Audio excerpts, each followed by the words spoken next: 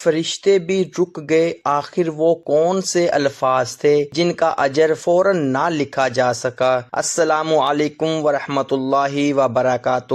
ذرا تصور کریں اگر آج آپ کی زبان سے نکلے ہوئے چند الفاظ ایسے ہوں کہ آسمان کے فرشتے بھی ایک لمحے کے لیے رک جائیں، وہ سوچنے لگیں کہ اس کا اجر کس طرح لکھا جائے، تو کیا آپ وہ الفاظ جاننا نہیں چاہیں گے؟ آج کی ویڈیو میں ہم ایک ایسی ایمان افروز حدیث کے بارے میں بات کریں گے جو ہمیں یہ سبق دیتی ہے کہ اللہ تعالیٰ کے نزدیک اخلاص سے ادا کیے گئے الفاظ کتنی عظیم قدر رکھتے ہیں۔ لیکن اس سے پہلے ایک سوال، جب آپ پر کوئی مصیبت آتی ہے تو روزگار میں تنگی ہوتی ہے، بیماری آتی ہے یا دل پریشان ہوتا ہے، تو سب سے پہلے آپ کی زبان پر کیا آتا ہے؟ شکایت یا اللہ کی حمد؟ قرآن مجید میں اللہ تعالیٰ فرماتا ہے کہ وہ صبر کرنے والوں کے ساتھ ہے، اور رسول اللہ صلی اللہ علیہ وآلہ وسلم نے بھی امت کو ہر حال میں اللہ کا شکر ادا کرنے کی تعلیم دی۔ ایک موقع پر رسول اللہ صلی اللہ علیہ وآلہ وسلم نے صحابہ اکرام رضی اللہ تعالی عنہ کو بتایا کہ ایک بندے نے اللہ تعالیٰ کی ایسی خوبصورت حمد بیان کی کہ دو فرشتے اس کے اجر کو لکھنے کے معاملے میں رک گئے۔ وہ سمجھ نہ سکے کہ اس عظیم حمد کا ثواب کس انداز سے لکھا جائے، یہاں تک کہ انہوں نے یہ معاملہ اللہ تعالیٰ کے سپرد کر دیا۔ سوچئے ہم دن بھر کتنی باتیں کرتے ہیں، لیکن شاید اللہ کی حمد کے چند مخلص الفاظ ہماری پوری زندگی بدل سکتے ہیں۔ اصل راز صرف الفاظ میں نہیں بلکہ دل کے اخلاص میں ہے۔ جب بندہ سچے دل سے اپنے رب کی تعریف کرتا ہے تو اللہ تعالیٰ اس کی قدر فرماتا ہے۔ اسی لیے ہمیں اپنی زبان کو شکایت کے بجائے حمد، شکر اور ذکر الہی سے آباد کرنا چاہیے۔ اب سوال یہ ہے کہ وہ الفاظ کون سے تھے، ان کا مطلب کیا ہے، اور اگر ہم انہیں اپنی زندگی کا حصہ بنا لیں تو ہماری زندگی میں کیا تبدیلی آ سکتی ہے؟ ناظرین، اب سوال یہ ہے کہ آخر وہ کون سے الفاظ تھے جن کی وجہ سے فرشتے بھی رک گئے؟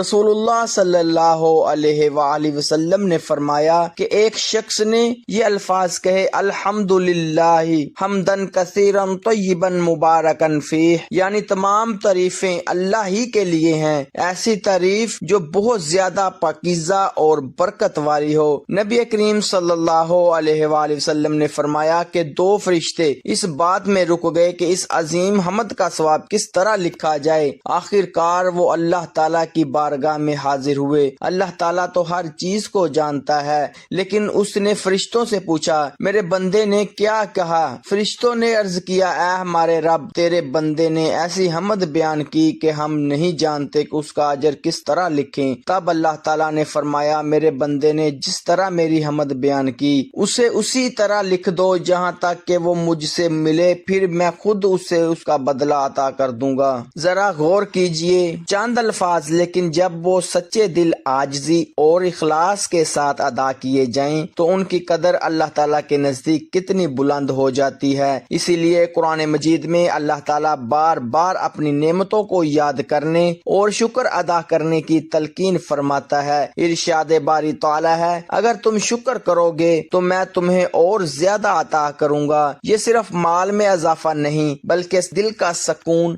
زندگی میں برکت، ایمان کی مضبوطی اور اللہ کی رضا بھی اس میں شامل ہے۔ لیکن افسوس، آج ہم میں سے بہت سے لوگ معمولی سی آزمائش آتے ہی شکوہ شروع کر دیتے ہیں، کبھی حالات کا، کبھی لوگوں کا اور کبھی اپنی قسمت کا۔ ایک سچا مومن جانتا ہے کہ ہر حال میں اللہ کی حکمت ہوتی ہے، خوشی آئے تو شکر، آزمائش آئے تو صبر، اور ہر حالت میں اللہ کی حمد۔ یہی وہ رویہ ہے جو بندے کو اللہ کے قریب لے جاتا ہے۔ اب ایک اہم سوال باقی ہے، کیا صرف زبان سے یہ الفاظ پڑھ لینا کافی ہے، یا ان کے ساتھ دل کا اخلاص، نیت کی پاکیزگی اور عمل کی سچائی بھی ضروری ہے؟ اور ہم اپنی روزمرہ زندگی میں اللہ کی حمد کو کیسے اپنا معمول بنا سکتے ہیں؟ اب سوال یہ ہے کہ کیا صرف یہ الفاظ زبان سے ادا کر دینا کافی ہے؟ جواب یہ ہے کہ اسلام ہمیں صرف الفاظ نہیں بلکہ اخلاص، ایمان اور عمل کی تعلیم دیتا ہے۔ جب دل اللہ کی عظمت سے بھرا ہو،